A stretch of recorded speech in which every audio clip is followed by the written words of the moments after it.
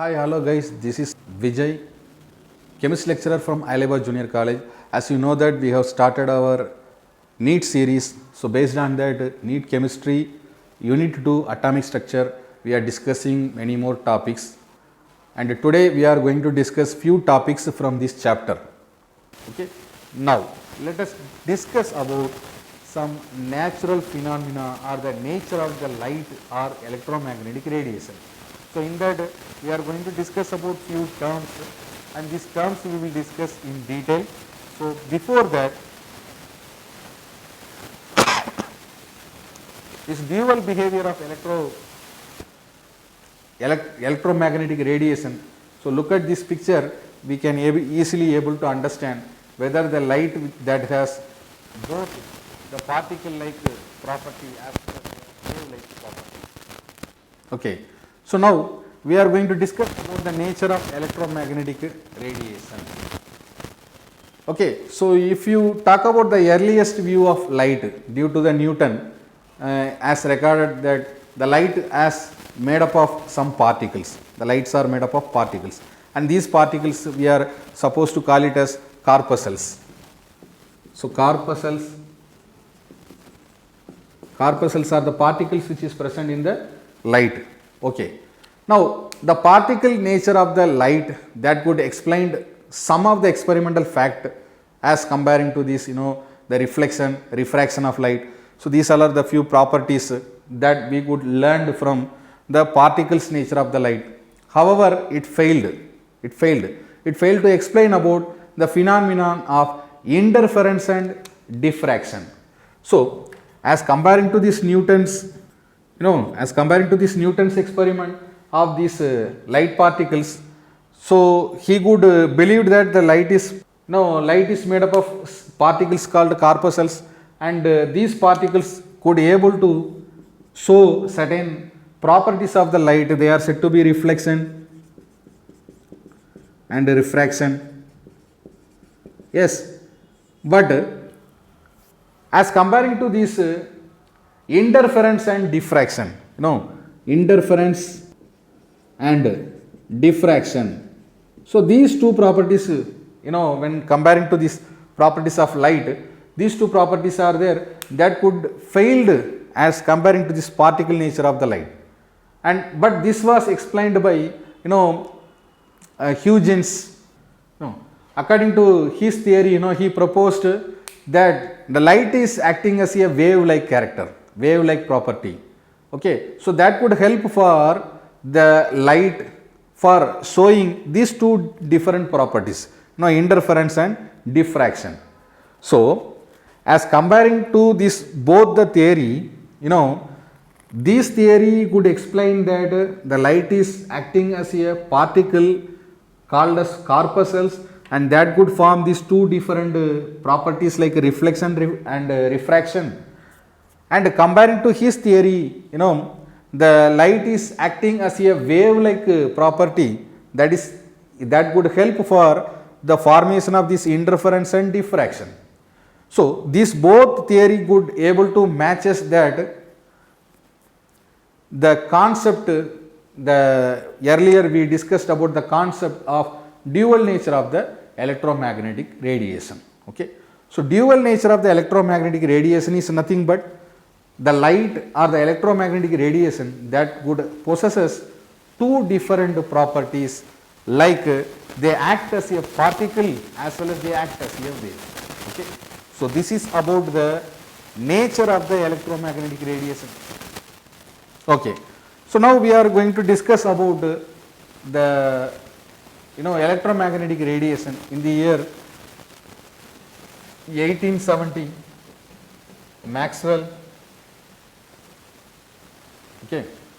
So who proposed that the light and other forms of the radiant energy that could propagate through the space in the form of waves. Okay. So according to this Maxwell theory, the light could be able to form as a wave, and these waves are having both that electric as well as the magnetic field which are associated with each other, and these waves are commonly called as electromagnetic radiation or electromagnetic waves. Okay. So these electromagnetic radiation or the electromagnetic waves, they possesses both the properties, like they have both the field, like as comparing to this, the particle theory. This theory that could explain very clearly about these waves, they possesses electric as well as the magnetic field, which are associated with each other. So that could be explained by Maxwell in the year 1870. Now, we are going to discuss about the wave motion with this picture. Okay. So there are few terms we are going to learn from this picture.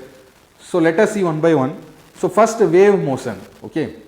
So in this picture we can able to understand that there are few terms which is related to this wave motion of the light or the electromagnetic radiation. Say for example, the waves which are originated from the center of the disturbance are and to propagate in the form of up and down motion. Yes. So here we can able to see the light waves, they could able to propagate in the space up and down motion. Yes. So this up and down motion, you see the point which is maximum upward displacement.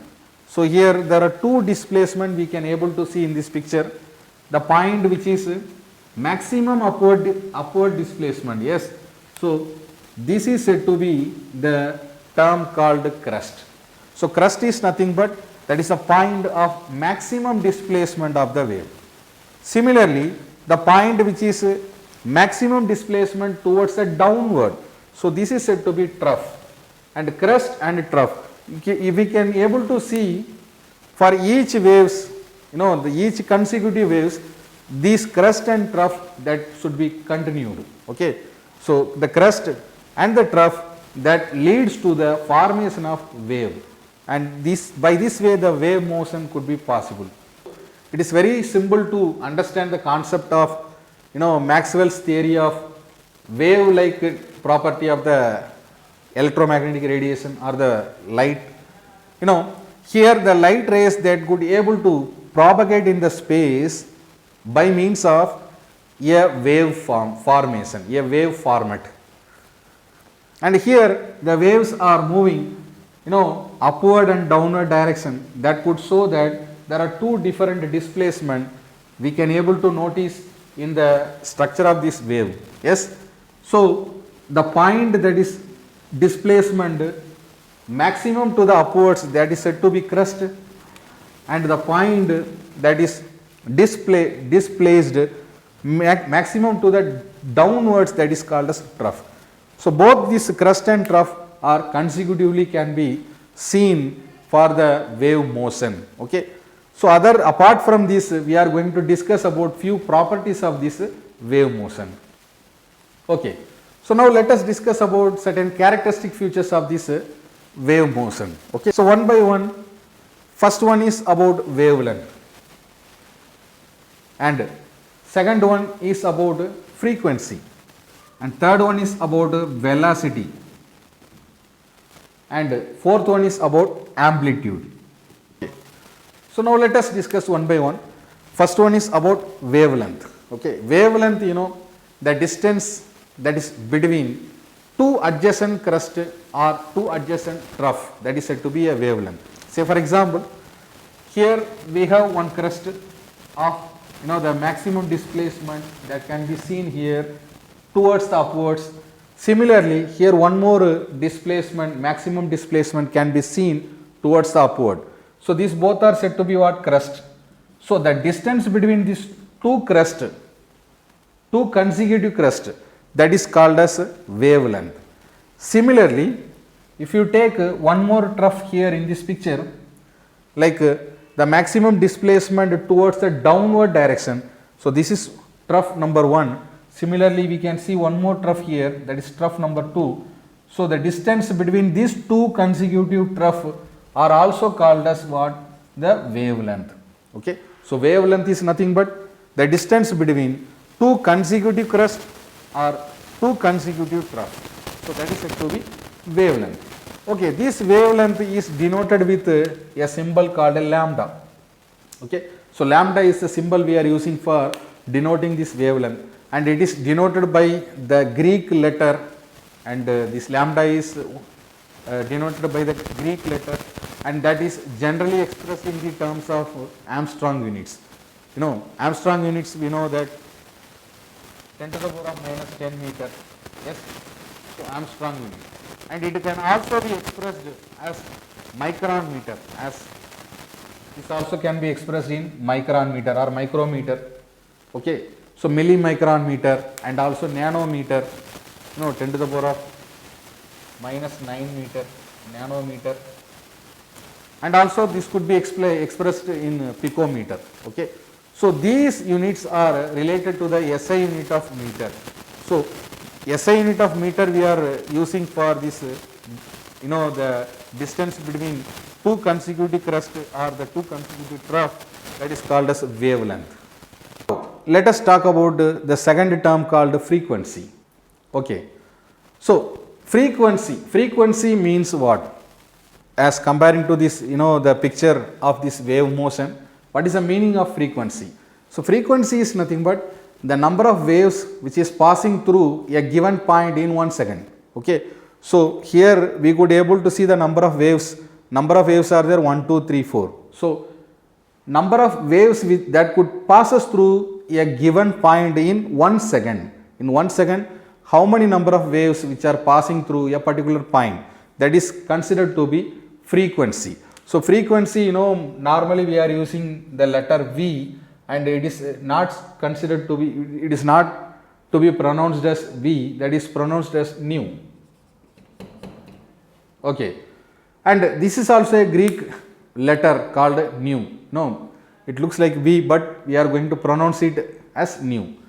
The units of this frequency are usually, you know, they are, the units are considered to be cycles per second, or simply we can say that the reciprocals of the second. Okay, cycles per second or reciprocal of the second. No, second to the power of minus 1. Okay. So the SI unit of this frequency usually, you know, we are considering for hertz. Hertz is the SI unit for the frequency which we are using. After that was given by the name of, you know, Heinrich Hertz. For remembering his name, we are using this as a SI unit for the frequency. Okay. Now talking about 1 hertz, yes, it's a symbol we are going to denote for hertz, Hz, and 1 hertz, that is equal to 1 cycle per second, and it is also can be expressed by second to the power of minus 1, reciprocal of the second. Okay. So a cycle is said to be completed when the wave consisting of crest trough passes through a particular point. So this is also one of the important characteristic feature of wave motion. Okay. So now next we are going to discuss about velocity. As we know that velocity, which is always, you know, which is also similar to the speed. Yes. So here we are going to talk about the speed or the velocity of the wave. That is nothing but the distance which is travelled by a wave in 1 second, that is considered to be the velocity of the wave. The distance, the total distance that is travelled by the wave in 1 second. Generally, you know, the velocity which is denoted with the letter called c, small c we are using for denoting the velocity letter, and that is also expressed in meter per second. So velocity we are using for the SI unit meter per second. That is nothing but what? Displacement or distance by time taken. We have discussed this in the first chapter in detail. So meter per second. So that is what the SI unit we are using for velocity. And velocity we are using the letter, you know, the symbol, that is small c. Next, talking about amplitude. And this amplitude we are denoting with the small letter a. Okay. Now let us discuss about what is the meaning of this amplitude. Amplitude is nothing but, that is the maximum displacement or the maximum height of any crust or the trough. So if you measure the distance between the maximum displacement of this upward direction crust or the maximum displacement of this downward direction trough, this distance is considered to be amplitude of the wave. Okay, so amplitude we are using the letter small letter a, and that could be determines the intensity or the brightness of the radiation. This will help for to determine the intensity of the light as well as the brightness of the radiation. Okay, next we are going to talk about wave number. So wave number we are using the symbol called, already we used the symbol nu. Yes, so nu bar. This is the symbol we are using for wave number. Now let us see what is this wave number. It is defined as the number of wavelength per centimeter, and that is equal to the inverse of the wavelength that could be expressed in centimeter. See, the number of the wavelength per centimeter, that is equal to the inverse wavelength expressed in centimeter, that is called as wave number, and this could be expressed in the form of this symbol called nu bar. Okay, so talking about this wave number, the SI unit of the wave number, that is meter per second. Nu bar, that is said to be meter per second, that is expressed by meter, the inverse reciprocal of meter. And the wave number, normally we are supposed to use a formula called wave number or mu bar, that is equal to 1 by wavelength, that is nothing but 1 by lambda. So lambda is a symbol we are using for wavelength. So this is the formula we are using to find the wave number of the given wave motion. Okay, so now let us talk about the relationship between the wavelength as well as wave number, frequency and velocity. And these are the three major characteristic features of this wave motion. Let us talk about the relationship between these three characteristic features. Okay, so these three characteristic features I am going to write here. C is equal to lambda into nu. Okay, and when we are talking about this nu frequency, that is equal to C by lambda. This is the relationship between these three characteristic features. And also talking about the wave number, this can be expressed 1 by lambda, that is nothing but the wave number or nu bar. Okay, similarly velocity is equal to C into wave number, nu bar. So this is the very important the relationship between wave number, frequency, velocity, and this could help us to solve many problems based on this particular topic. So this particular relationship will help us to solve the problems based on these characteristic features of wave motion. Okay, so C is equal to lambda into V, whereas V is equal to C by lambda, and 1 by lambda is equal to V, nu bar, or nu bar, and V is equal to C into nu bar. So this all could explain the different terms which are related to the characteristic features of wave motion. Say for example, like wave number, wavelength, frequency and velocity. Okay, so now look at this table, we can easily understand about the different characteristic features of this wave motion. Okay, next we are going to discuss about characteristic features of electromagnetic radiation. So now let us discuss about certain characteristic features of this electromagnetic radiation. The first and foremost important characteristic feature of electromagnetic radiations are, these could consist of both the field, say for example like electric field as well as the magnetic field. This electric field and magnetic field that could oscillate in the directions that is perpendicular to each other, and both are perpendicular to the direction in which the wave that could be able to travel. Say for example, if you see the wave motion, so this is the spot where there are two different fields that could originate. One is said to be the the magnetic field, the other one is considered to be the electric field. Okay. So when we are talking about this three-dimensional view of this electric field that is perpendicular to this magnetic field as comparing to the motion of this the wave format of the light particle. Okay. So here we could able to see two different fields are there, magnetic field as well as the electric field. This is what the direction of the propagation. By this way the light could able to propagate in the space, the electromagnetic radiation that could able to propagate in the space, and these are the two different field that could be perpendicular to each other. Okay. So now talking about the next second characteristic features of this electromagnetic radiation.